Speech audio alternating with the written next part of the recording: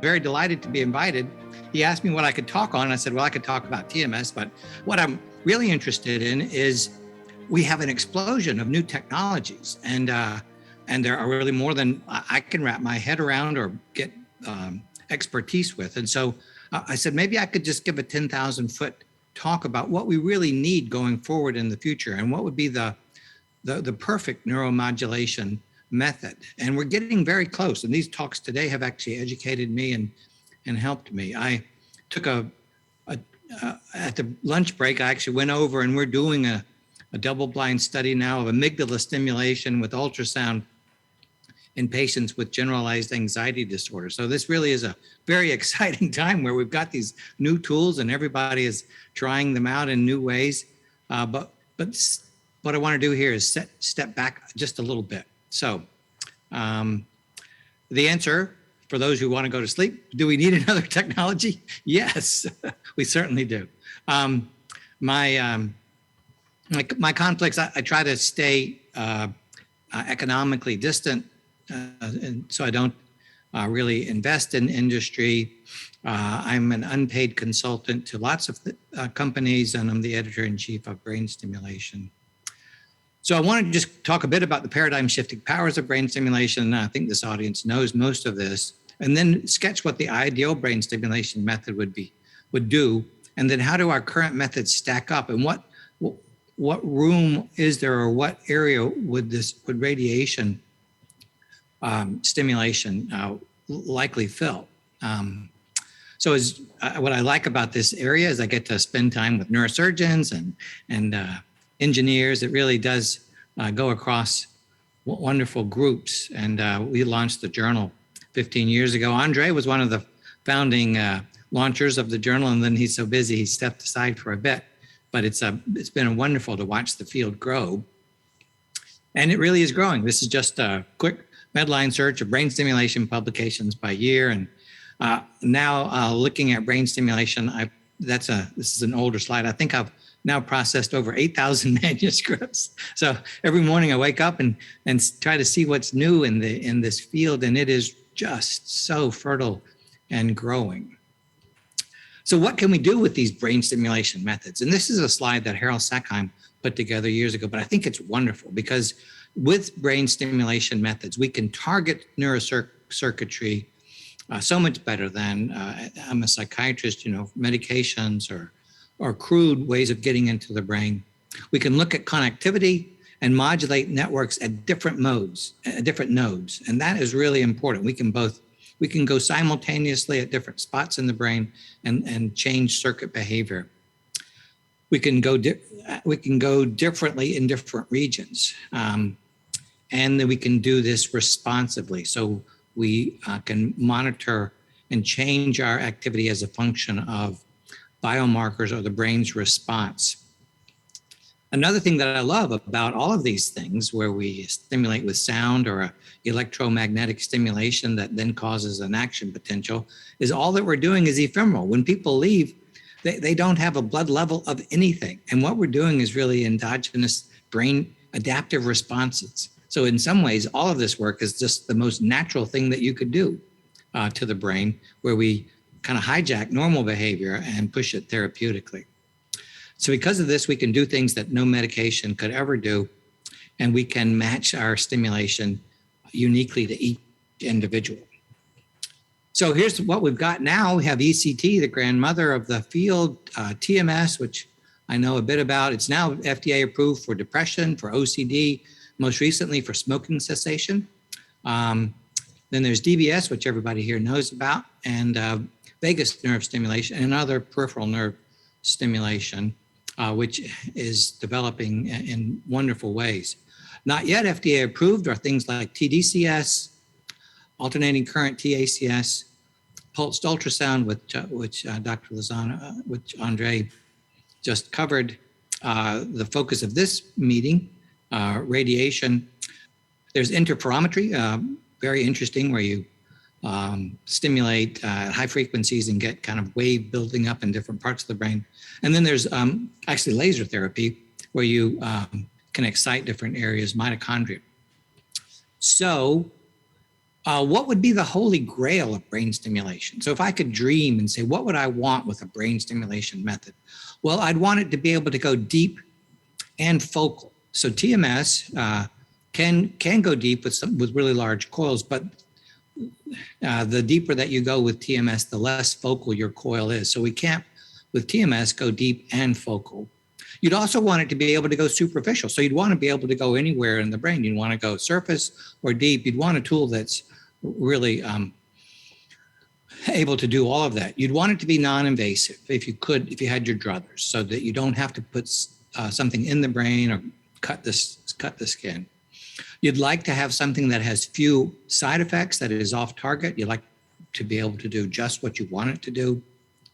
And here's a real stumbling block that if I had to dream, we'd want to be able to easily individualize the dosing of the device. And I think we got really lucky with TMS, where we can actually figure out the electricity that's needed to cause the thumb twitch. And so we can at least do an approximation of individualized dosing with TMS. Without that, I'm sure that TMS would never have gotten FDA approved for depression. We'd love it if this brain stimulation method could both excite or inhibit, depending upon either dose or frequency or some of the parameters. And then we'd like to something that can produce a lasting effect, like we've found with TMS with depression, where you can get people into remission and they'll stay there, if you're lucky, for a long time. So if that's the holy grail, the best that I could hope for with a brain stimulation method, how well do we stack up? Well, ECT is none of these things. I'm an ECT practitioner. I do ECT every week, and I believe that it's a lifesaver for people who need it. But it's neither deep nor focal. We have to go between the two electrodes, and we don't actually know where. We can't really focus it. It's not superficial. It's not non-invasive in that somebody has to be put to sleep and a general seizure has to ensue. So it is invasive. There are a lot of side effects, unfortunately, including cognitive side effects, memory side effects. We do have a way of dosing it. We actually titrate to the seizure threshold, then we go above that. So there is an easy individualized dosing. ECT does excite or inhibit. That is, it excites immediately for the seizure, and then afterwards there's a post-ictal suppression. But we can't really titrate that in the way that we'd like. And unfortunately, ECT, although it's a great way to get people out of a depression or catatonia, it really doesn't have much durability. And that's the real problem with ECT, is that it'll get people well, but several months later, they're very often as ill as they were before, unless we can do other things, or maintenance ECT. What about TMS?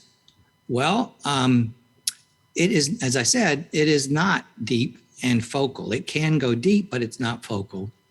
It can be focal, but that's then superficial.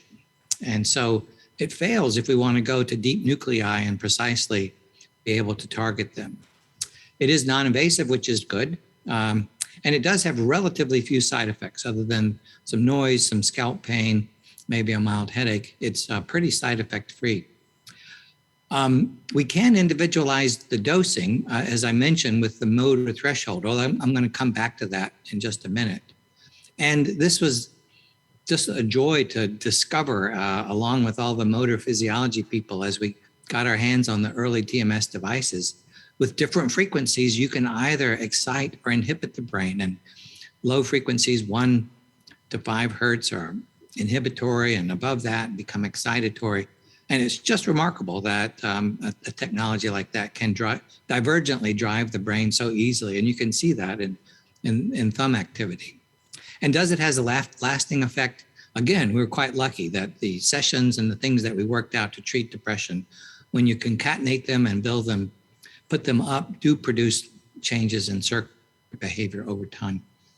So let's just talk about the dosing with TMS. We thought we had that solved, but it's actually much more complicated. I want to just give an example. So how much do we give for TMS?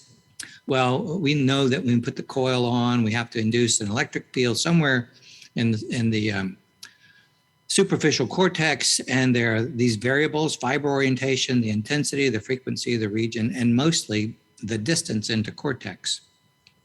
So this is some early work, really old work, where we actually said, well, my motor threshold might be half of what Andre's is. Why would that be? And 60% of the difference between our motor threshold would be just distance from the scalp into superficial cortex. And we showed this in one early study here, and that was quickly replicated. And so it really is a physics question that can be solved for and understand with distance. But when we move away from motor threshold, we don't have a thumb that twitches, and we can't make an easily observable change in the brain or behavior when we go to something like prefrontal cortex. And what we know is that with many disorders, we get atrophy in prefrontal cortex. So how do we adjust the dosing when we go off of motor cortex? Well, early on, we figured that needed to be adjusted for, and we did comparison studies, and then we did early trials. And in the early depression trials, the FDA was very worried that we might cause accidental seizures, and we were worried as well. And so we stimulated with just at motor threshold. So people got prefrontal stimulation at just enough stimulation to cause their thumb to twitch, even though we knew we were over prefrontal cortex. And there were two studies that came out almost simultaneously where it worked for anybody who was under age 50. And TMS did not work in older depression. And we said, oh my gosh, what could that be? That's terrible. A lot of people older in life get depressed, and they don't respond as well to medications. And so we wondered whether it really was just distance. And so we figured it out, and we came out with an adjustment of 120% of motor threshold, which we used in the first pivotal studies, which then worked. And then that got reified and adopted by the FDA. And that's what everybody uses now in clinical practice with TMS. However, it's much more complicated. Let me show you. So we can do a thing now called electric field modeling, where we take an MRI scan, we segment it, we mesh it, and we model, and then we can see and guess at what the actual induced electric field is for any of our methods, either TDCS or TMS. And then we can, for an individual, say what is happening in their brain likely. It's not valid. We aren't sticking in a probe, but we're making very sophisticated guesses that have been partially validated. So a great student in my lab, Kevin Caulfield, has really gone to town doing this. And in this is a study that was done in people who were using prefrontal TMS for smoking cessation. And what he's done is looked at what is going on in their prefrontal cortex. And you can see it here either in just at motor threshold, or this is an M1. So obviously they're getting enough to cause their thumb to twitch. But when we go to prefrontal cortex at 100%, it's much less, not bright red, but yellow. When we go to 120%, somewhat better. But if we really solve it for what is the true equivalence of what would make your thumb twitch, were your thumb in the prefrontal cortex, we then get the correct dose that we're trying to get. And we can do that with region of interest analyses. And let me show you what that looks like. So as we would think, there is a relationship between the E field in the motor cortex and prefrontal cortex, but it's not really tight. And the things that matter are individual variations. So here's what happens if we gave TMS with 100% motor threshold over the prefrontal cortex. You can see here the group picture of what that would look like. This is clearly enough to make your thumb twitch. But when we move that same amount over prefrontal cortex, you can see it's a much weaker E field. And you can see that graphed out here. Some people, it goes up, but by and large, this would not give us what we think is the dose needed with TMS in the prefrontal cortex. So if we did 120%, which is the rule of thumb that I came up with so many years ago, that's better, but there's still people who are outliers. Some get really high fields, others down. There's individual variability. This is the individual variability that we see. And so the actual correct answer as a group is 133% of resting motor threshold is required to get the group equivalent of what would be needed to make your thumb move. But you can see in some individuals, when we give 133%, we go way too high. And there's some people where we're still not getting for them that which would be needed to move their thumb. So there is a large individual variation, and that likely explains a lot of the variability we've seen with using TMS as a therapy. As you may know, with depression, we can get about 30% of these treatment-resistant patients remitted, that is no symptoms, another 30% response, that their symptoms are cut in half, but 30% we can't get better. And I wonder whether a lot of those 30% individuals are just this. We're just still underdosing, and we're not really accounting for individual variability. So this kind of trip into the weeds shows you that even with something as well established now as TMS for non-motor regions, we're just guessing, and that the normative rules that we've adopted are probably not the right dose. We have the tools, sophisticated e-field modeling and projections that can give us the right dose, but those would require MRI scans for everybody and online neuronav systems. And then if you're really being good, you'd want to adjust for both fiber and coil orientation. And what I'm using in my practice and telling everybody who's using TMS to treat brain disorders is if somebody is not responding, you may want to get an MRI scan and then look at the intensity you're using and adjust up, especially if you're going into patient populations like Parkinson's or Alzheimer's disease where there's known prefrontal atrophy. So even with TMS, we don't have a great biomarker or a response that we can individually adjust the dose, and we need more sophisticated methods. All right, returning back to the field, we've heard lectures today about DBS. It can be both deep and focal. It can be superficial. It unfortunately is invasive, at least for a while. There are relatively few side effects. We don't have an easy individualized dosing. We have to do that kind of behaviorally in the clinic, which can take time. It can both excite and inhibit. And unfortunately, DBS doesn't produce, as it's commonly done, doesn't produce a lasting effect. And it requires that you continue to have the generators and the stimulation. So it's not our ideal holy grail. Cervical VNS is not really, doesn't go directly into the brain. Vocal. Hello? Hi, I'm Mark. I'm hoping that in a couple of minutes we can move to questions, please. Yeah, I'm going. Okay, I'm coming back to, in ultrasound we heard now with Andre's lecture, we don't have easy individualized dosing with it. And I was interested that Andre said you can't make the thumb twitch. And we can maybe excite or inhibit. So with radiation imaging, what I've learned the last week or two and from the lectures today, it can be both deep and focal. It could be superficial. It looks like it's non-invasive and potentially with few side effects. The questions that I see that make or break, I think, this field of is, can we figure out ways of easily individualize the dosing? Can we make it excite or inhibit? And some of the talks earlier today were really exciting that way. And then can we make it have lasting effects, and how would we understand that? So do we need another brain stimulation method? Yes. And radiation appears to have potential. When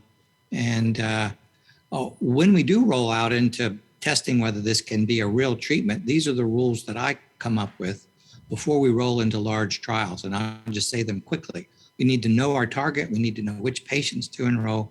We need to understand the placebo effect, and we need to conduct multi-site trials and then a business plan that makes money. And unfortunately, I've seen lots of brain stimulation methods where these rules were not followed, and we don't have those in our toolkit because in some ways, these rules were not followed for translational research. So for brain stimulation, the sky's the limit. We actually, my last time in Florida, we actually went up in the 0G and tested whether it takes less electricity to stimulate your thumb when you're floating in zero gravity. And the answer is it does take less. Your brain slightly shifts. And so there really is no sky the limit. Brain stimulation is clearly a wave of the future, and I'll take questions. Thanks very much.